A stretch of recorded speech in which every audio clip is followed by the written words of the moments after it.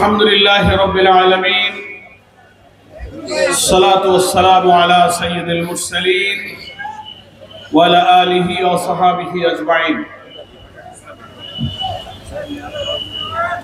বাংলাদেশ জামাত ইসলামীর পাইকগাছা উপজেলার উদ্যোগে আয়োজিত আজকের এই ছাত্র যুব সমাবেশের সংগ্রামী সভাপতি উপজেলা জামাতের সংগ্রামী আমির মাওলানা সাইদুর রহমান, আপনারা দেখছেন আজকের এই সভামঞ্চে উপস্থিত এই ছাত্র যুব সমাবেশের সম্মানিত বিশেষ অতিথি, এই মাটির কৃতি সন্তান, বাংলাদেশের ইসলামী আন্দোলনের সংগ্রামী নেতা মাওলানা আবুল কালাম আজাদ, বাংলাদেশ জামাত ইসলামীর কেন্দ্রীয় কর্মপরিষদ সদস্য এবং সভামঞ্চে আমাদের খুলনা জেলার সম্মানিত নায়েবে আমির মাওলানা গোলাম সরওয়ার, জেলা সেক্রেটারি মুন্সি মিজানুর রহমান, সহকারী সেক্রেটারি মুন্সি মঈনুল ইসলাম, মিয়া গোলাম কুদ্দুস, মুস্তাফিজুর রহমান সহ অনেক সংগ্রামী জেলা উপজেলার নেতৃবৃন্দ এখানে উপস্থিত আছেন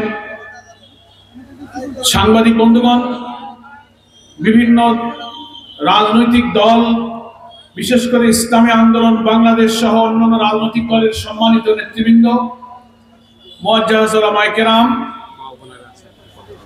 হিন্দু এবং সনাতনী ধর্ম অবলম্বী আমার সম্মানিত ভাইরা, পর্দার আড়ালে হাজার হাজার সম্মানিত মা বোনেরা সকাল থেকে এখানে যারা অপেক্ষা করছেন, প্রচন্ড রোদের মধ্যে অপেক্ষমান আমার সংগ্রামী পাইকগাছাবাসী ভাই সহ, আপনাদের কি রোদের মধ্যে দাঁড়িয়ে থাকতে কষ্ট হচ্ছে না ভালো আছেন? পানি চারিদিকে, দাঁড়াবার বসবার খুব কষ্ট হচ্ছে আপনাদের, দূরে দূরে আপনারা অনেকে দাঁড়িয়ে আছেন। আমরা 11:20 বাজে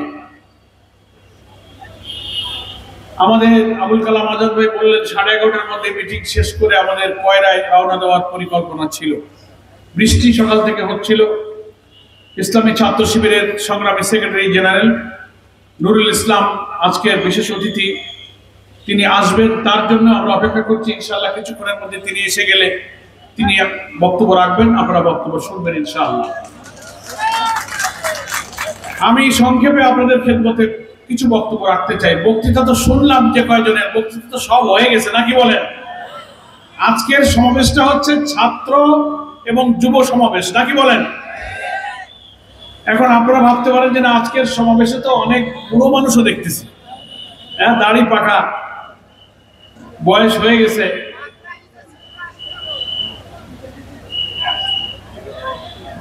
যুবক আর বৃদ্ধ এটা খুব বয়স দিয়ে মাপা যায় না, যায় নাকি? যুবক, যৌবন, তারুণ্য হচ্ছে একটা শক্তির নাম। সেই শক্তি 60 বছরও থাকতে পারে, আবার 20 বছরের যুবকের মধ্যেও কিন্তু বার্ধক্য থাকতে পারে। ফলে যৌবন, তারুণ্য এটা একটা শক্তির নাম, একটা এনার্জির নাম, একটা স্ট্যামিনার নাম, একটা চেতনার নাম, একটা বিদ্রোহ, একটা শক্তি, একটা অজেয় দুর্জয় শক্তির নাম। পাইকগাছার সংগ্রামী ছাত্র যুব সমাজ, আপনাদের সকলকে আমি ধন্যবাদ জানাই। আপনারা আজকের এই সমাবেশে এসে উপস্থিত হয়েছেন। আমার মনে হয় আমাদের ইসলামী ছাত্র শিবিরের সংগ্রামী সেক্রেটারি জেনারেল আমাদের মাঝে উপস্থিত। আমরা আলহামদুলিল্লাহ শুকরিয়া আদায় করি। আলহামদুলিল্লাহ। আমরা একটু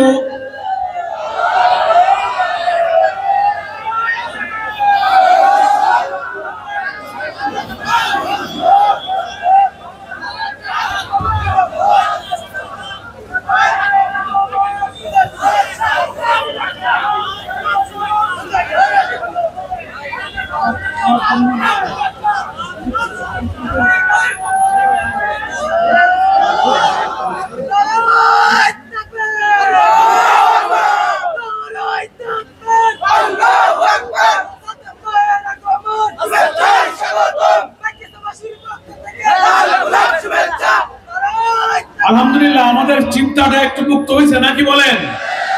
আজকের মিটিংটা ছাত্র আর যুবকদের মিটিং, আমরা তো নফল আসছে, নফল তো আসল ফরজ এসে গেছে। আমি কথা কেবল শুরু করেছিলাম, আমরা এখন সংক্ষেপ করতে পারবো, কারণ আমরা অনেকক্ষণ ধরে আপনারা অপেক্ষা করছেন দেখছি। খুলনা মহানগরী ইসলামী ছাত্র শিবিরের সভাপতিও আসছে, আর আমাদের সংগ্রামী সেক্রেটারি জেনারেল ছাত্রনেতা নুরুল ইসলাম সাদ্দাম উপস্থিত হয়েছেন। আমি বলছিলাম যে আজকে এই সমাবেশ ছাত্র যুব সমাবেশ। পৃথিবীর ইতিহাসে যত বিপ্লব, যত আন্দোলন, যত সমাজ ভাঙা গড়ার সংগ্রামে নেতৃত্ব দিয়েছে হচ্ছে যুব সমাজ। জুলাইয়ের গণ অভ্যুত্থানের কারা নেতৃত্ব দিল? রাজধানী ঢাকা সহ সারা বাংলাদেশে লক্ষ লক্ষ ছাত্র সমাজ রাজপথে জীবন বাজি রেখে মৃত্যুবাহীন চেতনা নিয়ে গুলির সামনে বুক পেতে দিয়েছিল বলেই ফ্যাসিস্ট কিন্তু পালিয়ে যেতে বাধ্য হয়েছে। ফলে ছাত্র যুব সমাজ আমাদেরকে দেখিয়ে দিয়েছে অন্যায়, অসত্য, জুলুম, নির্যাতন, অত্যাচারের বিরুদ্ধে যদি কোন জাতির যুব শক্তি একবার জেগে ওঠে, কোন চাঁদাবাজ মস্তান ফ্যাসিস্টরা কখনো টিকতে পারে না। বাংলাদেশ আমাদের সেই হাজার হাজার ছাত্র জনতার রক্তের মধ্য দিয়ে একটা নতুন রাজনৈতিক পরিবর্তনের মধ্য দিয়ে একটা নতুন মানবিক বাংলাদেশ গড়ার লক্ষ্যে কিন্তু এগিয়ে যাচ্ছে। সেই আন্দোলনে, সেই মানবিক বাংলাদেশ গড়ার জন্য জামাত ইসলামী আমাদের সংগ্রামে আমির মজলুম জননেতা, বাংলাদেশের 18 কোটি মানুষের নন্দিত নেতা ডাক্তার শফিকুর রহমান দেশবাসীর কাছে যে জাতীয় ঐক্যের ডাক দিয়ে বলেছেন, অতীতের সকল শাসন, সকল মতবাদ, সকল নেতৃত্ব ব্যর্থ হয়েছে, বাংলাদেশের মানুষ একটি নতুন বাংলাদেশ দেখতে চায়। সেই বাংলাদেশ হবে আসমান থেকে নাজিল হওয়া কিতাব, মহান আল্লাহ তাআলার বিধান আর আমাদের প্রিয় নবী মুহাম্মদ মুস্তাফা সাল্লাল্লাহু আলাইহি ওয়াসাল্লামের আদর্শের ভিত্তিতে আমরা একটি নতুন বাংলাদেশ গড়তে চাই।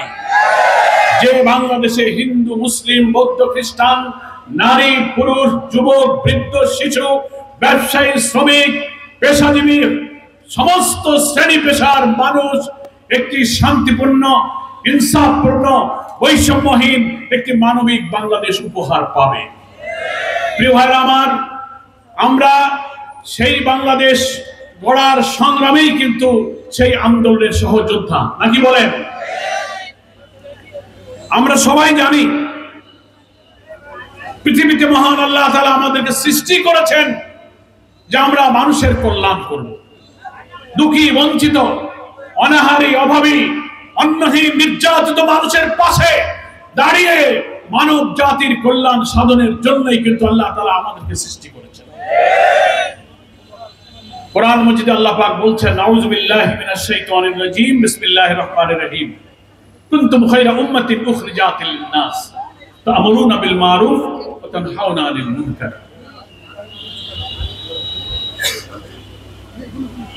আল্লাহ তাআলার এই আয়াতের মূল বক্তব্য কি?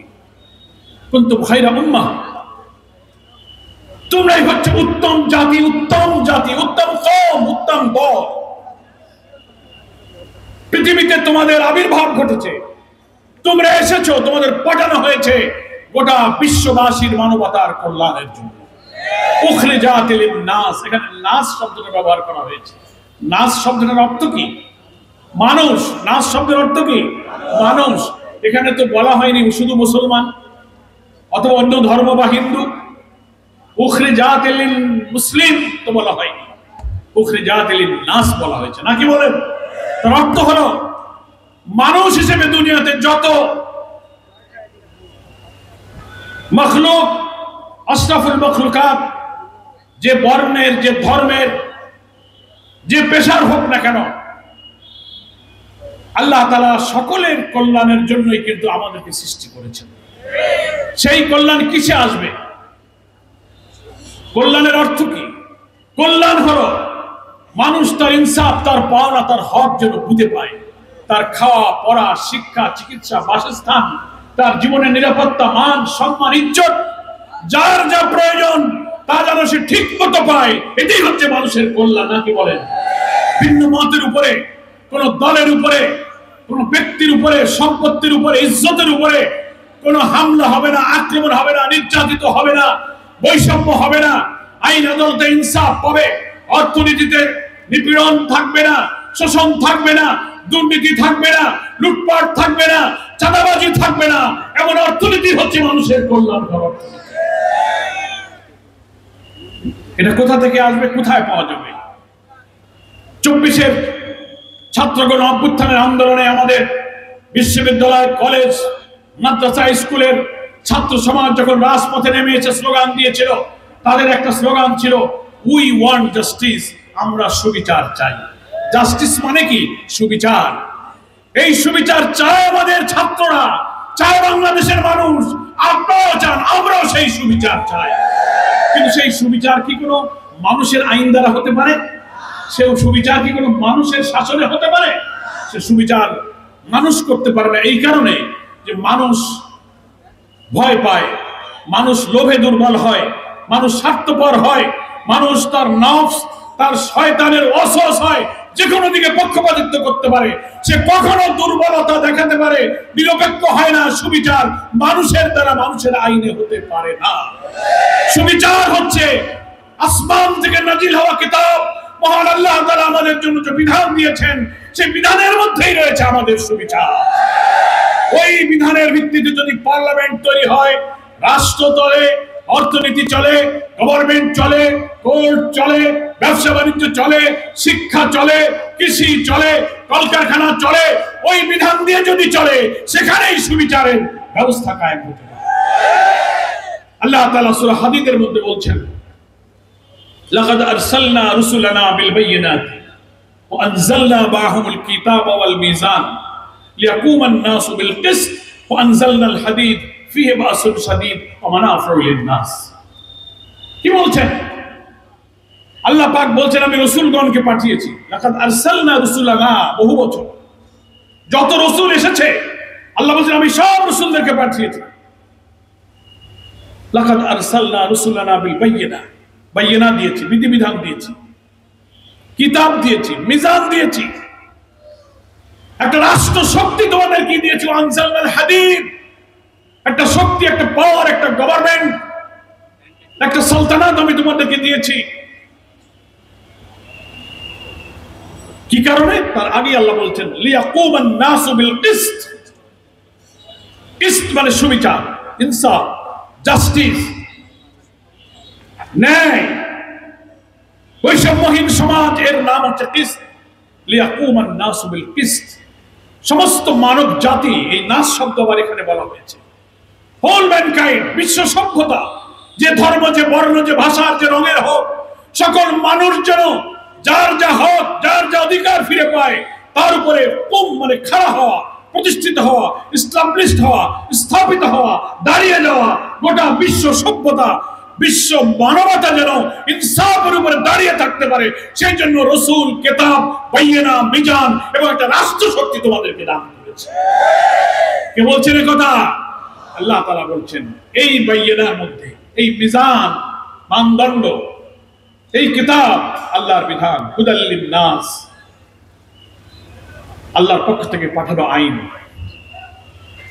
আলিফ লাম মিম যালিকাল কিতাব, এই সেই কিতাব। কি আল্লাহ বলেননি কোরআনে? সেই কিতাবের কথা সূরা হাদীদে বলছেন, এই কিতাব আমি দিয়েছি।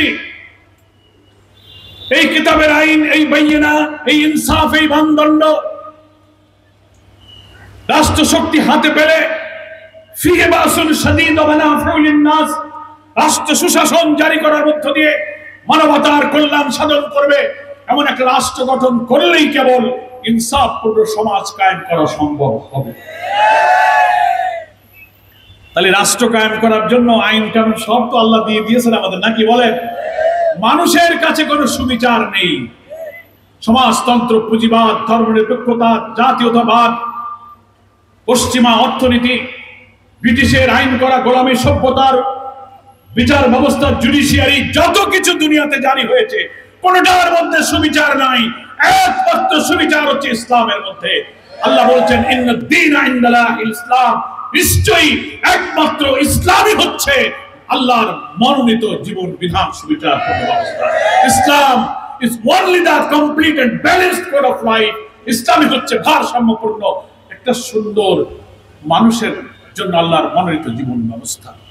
এবং কিছু নাস্তিক, তথাকথিত প্রগতিবাদী, কমিউনিস্ট নামধারী, নামে মুসলমান, রাজনীতিতে তারা বাম করে, কমিউনিস্ট করে, মানব তৈরি করা মতবাদের রাজনীতি করে, তারা বলে এই দাড়িওয়ালা টুপিওয়ালা হুজুররা আবার রাজনীতি শুরু করেছে। হুজুররা থাকবে মসজিদে, আল্লাহ বিল্লাহ করবে, দোয়া দুরুদ সাল্লাল্লাহ পড়বে, বিয়ে শাদী মিলাদ তালাক ইমামতি জানাজা এইসব পড়বে, আমরা একটু হাদিয়া তোফা জিলাপি বেতন দেবো, তাই নিয়ে থাকবে। আর রাষ্ট্রের চুরি ডাকাতি, চাল চুরি, গম চুরি, শাসন দুর্নীতি, চাঁদাবাজি আমরা করব, তোমরা মসজিদে থাকো, আমরা রাষ্ট্র চালাই। ইসলামকে মাত্র আল্লাহ তাআলা বলছেন না, আমি এমন এক আইন দিয়েছি, শুধু মসজিদের আইন নয়, রাষ্ট্র, অর্থনীতি, শিল্প, ব্যবসা, বাণিজ্য, কূটনীতি, কৃষিনীতি কি করে চলবে। আল্লাহ বলছেন আল ইয়াউমা আকমালতু লাকুম দীনাকুম ওয়া আতমামতু আলাইকুম নি'মাতি ওয়া রাদিতু লাকুমুল ইসলাম দীনা। আলহামদুলিল্লাহ। বিদায় হজের সময় আল্লাহর নবীর শেষ জীবনে আল্লাহ আসমান থেকে নাজিল করে নবীকে বলে দিলেন, হে নবী, আমি আজ তোমার উপর যে আইন পাঠাচ্ছিলাম আকমালতু লাকুম, তোমাদের জন্য সেই সব আইনকে আজকে আমি পরিপূর্ণ করে দিলাম, কমপ্লিট। অর্থনীতিও আছে, রাজনীতি আছে, বিচার আছে, কৃষি আছে, শিক্ষা আছে, পারিবারিক নীতি আছে, এভরি সেক্টর অফ লাইফ যা যা লাগবে সবকিছু দিয়ে বলছেন আকমালতু লাকুম, মুকাম্মিল নিজামে হায়াত, একটা complete balanced code of life Allah আমাকে দিয়ে দিয়েছেন। কারণ আমরা খালি বলবো যে না হুজুররা তোমরা মসজিদে থাকো, যখন ডাকি একটু মিলাদ পড়া দিও, 10 টাকা হাদিয়া দিয়ে দিও, এই তোমার কাজ। রাজনীতি, এমপি, মন্ত্রী, চেয়ারম্যান, মেম্বার, প্রেসিডেন্ট, সেনাপ্রধান, বিচারপতি, ওগুলো আমরা নিয়ে যত আকাম, যত অপকর্ম, যত শোষণ, যত জুলুম আমরা চালাবো, তোমরা মসজিদে থাকো। কি আপনারা কি সেটা মানবেন?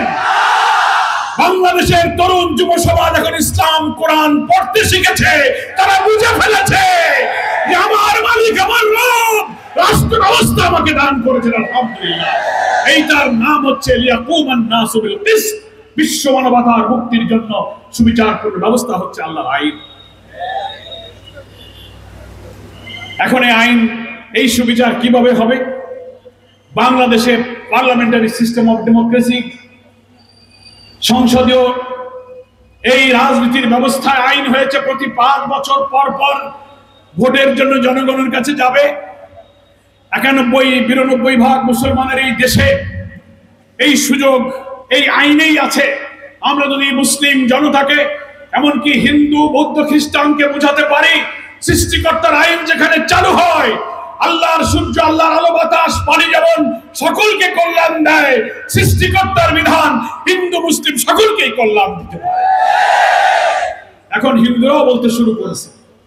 আমার ডুমুরিয়ার এক হিন্দু নেতা আছে, ডাক্তার হরিদাস বাবু, সে বক্তৃতায় বলে, শিক্ষিত মানুষ, ডাক্তার মানুষ, সে বলে আমরা বিশ্বাস করি, এখন দেখলাম কোরআনের আইন যদি চালু হয় আমরা হিন্দুরা সবচেয়ে নিরাপদ থাকবে। তা আমি ডাক্তার হরিদাস বাবুকে বললাম, হরিদাস বাবু আপনি কি বক্তৃতা করলেন? দাদা আমি ঠিকই বলছি, কারণ কোরআন যেহেতু আল্লাহর বাণী, আমরা আল্লাহর সৃষ্টি, আল্লাহর বাণী যারা মানবে, আল্লাহর বাণীতে যাদের চরিত্র হবে, তারা কখনো মানুষকে জুলুম করবে না, কষ্ট দেবে। সেই জন্য অন্য ধর্ম, অন্য আদর্শে যে হিন্দুরা আজকে বুঝতে শিখেছে, হিন্দুদের জমি দখল, বাড়ি দখল, ক্ষেত দখল, ডিসিআর করা, মূর্তি ভাঙা, বাধা দেওয়া, জুলুম করা, এই কাজগুলো যারা তাদের ভোট নিয়ে রাজনীতি করেছে তারাই সেই অন্যায়গুলো করেছে। কিন্তু জামাত ইসলামী শিবিরের লোকেরা হিন্দুদের উপরে কোনো অত্যাচার করেনি। তাই আল্লাহ তাআলা বলছেন সব মানুষের কল্যাণ হলো কোরআন এবং সুন্নাহর আদর্শে যদি একটা পার্লামেন্ট আমরা করতে পারি, একটা সরকার করতে পারি, তাহলেই আমরা সুবিচার পাবো, ইনসাফ পাবো। কি বলেন, ঠিক কিনা? এই জন্য এই বিভ্রান্তির বেড়াজাল থেকে বেরিয়ে আসতে হবে যে মুসলমানরা শুধু নামাজ পড়বে, দাড়ি টুপি, আল্লাহ বল্লাহ জিকির আজকার নিয়ে থাকবে, আর রাজনীতি সব ইবলিসের খলিফাদের ছেড়ে দিতে হবে। ওখানেও আমরা যাবো না, কি বলেন? আল্লাহ প্রশ্ন করেছেন, আফাতুমিনুনা বিবাদিল কিতাবি ওয়া তাকফুরুনা বিবাদ, তোমরা কি আমার কেতাবের কিছু অংশ মানবে আর কিছু অংশ বিশ্বাস করবে না? আল্লাহ বাঙালিদের চেনে তো, নাকি বলেন? বাঙালিদের কি ভেজাল বাঁধাইতে পারে? হুজুরদের মসজিদে ঢুকাবে আর রাস্তে ওরা যাবে, এই আল্লাহর জানা আছে না? এই প্রশ্ন করে আল্লাহ বলছেন আফাতুমিনুনা বিবাদিল কিতাব ওয়া তাকফুরুনা বিবাদ, আমার কিতাব ওরাদেরকে মসজিদে দেবা আর বাকি তোমরা বাইরে রাস্তে লুটে পুটে খাবা, তাই কি করবা না? এরপরে আয়াতে বলছেন যারা এটা করবা দুনিয়াতে লাঞ্ছনা অপমান, কিয়ামতের দিন কঠিন আযাব তোমাদেরকে গ্রাস করবে। তাহলে আমরা বুঝলাম আল্লাহর আইনকে পার্লামেন্টে নেওয়া লাগবে, নাকি বলেন? আল্লাহর আইনকে পার্লামেন্টে নেওয়া লাগবে। কিভাবে নেবেন? এই যে আসতেছে 26-এর যদি ফেব্রুয়ারিতে ভোট হয়, আশা করা যায় 3টা নির্বাচনে 14, 18, 24-এ তো আপনারা আমরা ভোট দিতে পারি নাই, নাকি বলেন? সব জেলে জেলে ঢুকায় রাখছে, ক্যান্ডিডেট নাই। কেউ যদি একটু জোর করে যাইতে যায় বলে বাড়ি চলে যাও, সব ভোট হয়ে গেছে, রাতেই বাক্স ভর্তি। আমরা সব জেলে, 14 সালের জেলে, 24 সালে জেলে, 18 সালে কিছুদিন বেরোলাম, যেই ভোট করতে গেলাম সব ধরে অ্যারেস্ট করে নিজের বাড়ি ঘরে থাকা যাবে না। এবার আশা করা যায় অন্তর্বর্তীকালীন সরকার যেহেতু কোনো দলের সরকার নয়, তারা জাতির কাছে যে প্রতিশ্রুতি দিয়েছে তা যদি প্রতিশ্রুতি ঠিক রাখে, আশা করা যায় এবারের নির্বাচনে হয়তো আমরা ভোটটা দিতে পারি, ইনশাআল্লাহ। বলেন তাহলে জনগণ যদি সিদ্ধান্ত নেয় যে না আমরা আল্লাহর বিধান যারা পার্লামেন্টে দেবে তাদেরকে ভোট দেব, 300 আসনের পার্লামেন্টে বাংলাদেশের আইন হচ্ছে অর্ধেকের বেশি সিট যারা পাবে তারা সংসদে গিয়ে আইন তৈরি করতে পারবে অথবা বিদ্যমান কোন আইন পরিবর্তন করতে পারবে। এটা হতে গেলে অধিকাংশের বেশি সিট পাওয়া লাগবে, সরকার গঠন করতে পারবে তারা, নাকি বলেন? তাহলে 300 আসনের বেশি জায়গায় আলেম ওলামা, দিনদার, আল্লাহওয়ালা, আল্লাহকে যারা ভয় করে, ঈমান যাদের আছে, মিথ্যা বলবে না, চুরি করবে না, একটা টাকা হারাম খাবে না, অন্যায় করার সময় মুখটা কেঁপে উঠবে, আল্লাহকে ভয় করবে, এই নেতৃত্ব যদি নির্বাচিত করতে পারি, তারা যদি